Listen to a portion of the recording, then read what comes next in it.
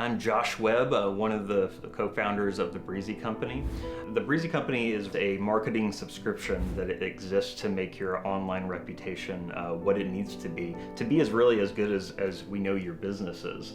But not just to make projects that look nice, but they're actually things that give people comfort in working with you when they don't naturally know you yet. One of my co-founders, Savannah Abney, and I used to work at North Star Church. One of the things that we got the honor of doing is going and leading for this little group at the time that would come together and just help somebody in a time of crisis. Fast forward about 4 years or so later, unknowing, I got a life-changing diagnosis that required brain surgery and felt like I was hit by a truck. I remember getting a call from Bob Kelly that said, "I just want you to consider coming being an actual recipient of the Helping One Guy." And just like I learned as a typical response, my first thought was, no, I don't deserve this, number one. But then secondly, I thought, I don't really want people to see me at my weakest. And I come to realize that that was a very typical response.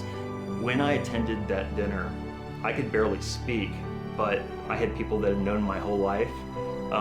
My wife and my boys and myself got to see people just speak life into me. But at that time, I could not hear it in my heart because it's hard to hear the good news when you've heard so much bad news.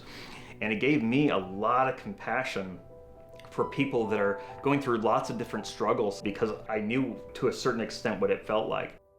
I ran Hog for about 2 years, and during that time, the Breezy Company was such a flexible company that I was able to actually run this nonprofit and not have to completely worry about my finances. And so we've become a sponsor, and we've been a sponsor for the last 3 years.